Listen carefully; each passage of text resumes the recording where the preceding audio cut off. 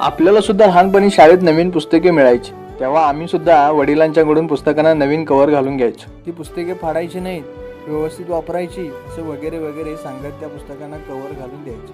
कधी कळलंच नाही की ते पुस्तकांबरोबर आपल्या आयुष्याला देखील कव्हर घालत होते. माझे वडील जास्त शिकले जरी नसले तरी ते रोज आमचा अभ्यास घ्यायचे. अभ्यास नाही केला तर त्यांनी एक चांगले वळण लागण्यासाठी हातावर वळ उठणारी एक छप्पी काढून ठेवलेली, म्हणजेच बारीक अशी काठी. बाप असतो जो वाईट आणि तो होतोही वाईट. आपली पोरं वाईट मार्गाला लागू नये म्हणून तो वाईट राहतोच. खरं तर आयुष्यात दिशा दाखवणारा एक हात कायम आपल्या सोबत असतो, म्हणजे आपला बाप. बाप असतो आवाक्याबाहेर, कधीच कोणाला कळत नाही.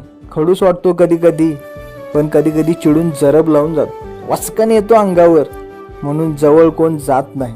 आईसारखे गोडवे बापाचे कोणी गात नाही, म्हणून आईसारखी मिठी सुद्धा बापाला कधीच मिळत नाही.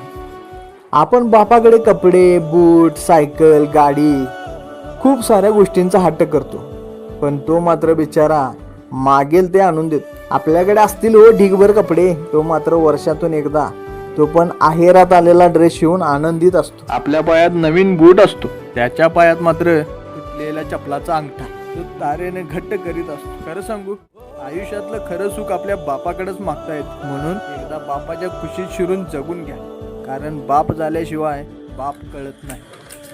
तुला माहित आहे, आम्ही असं काही पुस्तकावर की नाही असं असं वाकडं करणार काय आणि इथं नावं घालणार